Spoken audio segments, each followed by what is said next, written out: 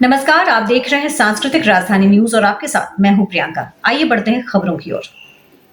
मधुपुर 16 दिसंबर प्रखंड कार्यालय परिसर स्थित बाल विकास परियोजना कार्यालय सभागार में सोमवार को पोषण भी पढ़ाई भी कार्यक्रम के तहत परियोजना स्तर पर दूसरे चरण में आंगनबाड़ी सेविकाओं के 3 दिवसीय नई शिक्षा नीति के तहत प्रशिक्षण कार्यक्रम के प्रथम दिन प्रशिक्षण दिया गया।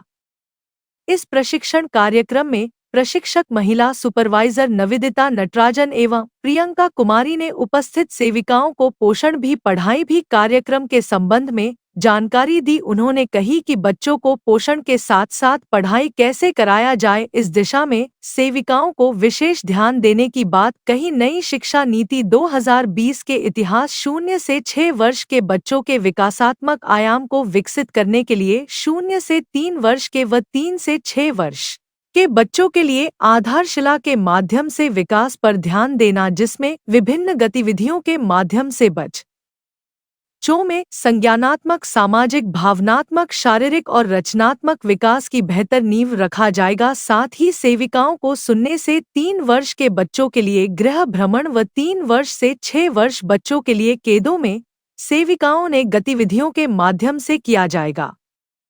केंद्र को समय पर संचालन करने और साफ सफाई किए जाने के बाद भी कहीं ठंड के मौसम को देखते हुए बच्चों को कैसे ख्याल रखा जाए, उसके बारे में भी बताया गया। प्रशिक्षण में मांगो मुंडा प्रखंड करो एवं सारठ प्रखंड के कुल 100 सेविकाओं ने भाग लिया। मधुपुर से मोहम्मद असलम की रिपोर्ट। हम लोग यहाँ मधुपुर प्रखंड में 3 दिवसीय प्रशिक्षण है, पोषण भी पढ़ाई भी। आंगनबाड़ी सेविकाओं को इस प्रशिक्षण में नई शिक्षा नीति के तहत आंगनबाड़ी केंद्रों में पोषण के साथ साथ बच्चों को पढ़ाई करवाना है। और आज हमारे ब्लॉक में मार्गो मुंडा करो और सारठ की सेविकाओं को प्रशिक्षण दिया जाना है।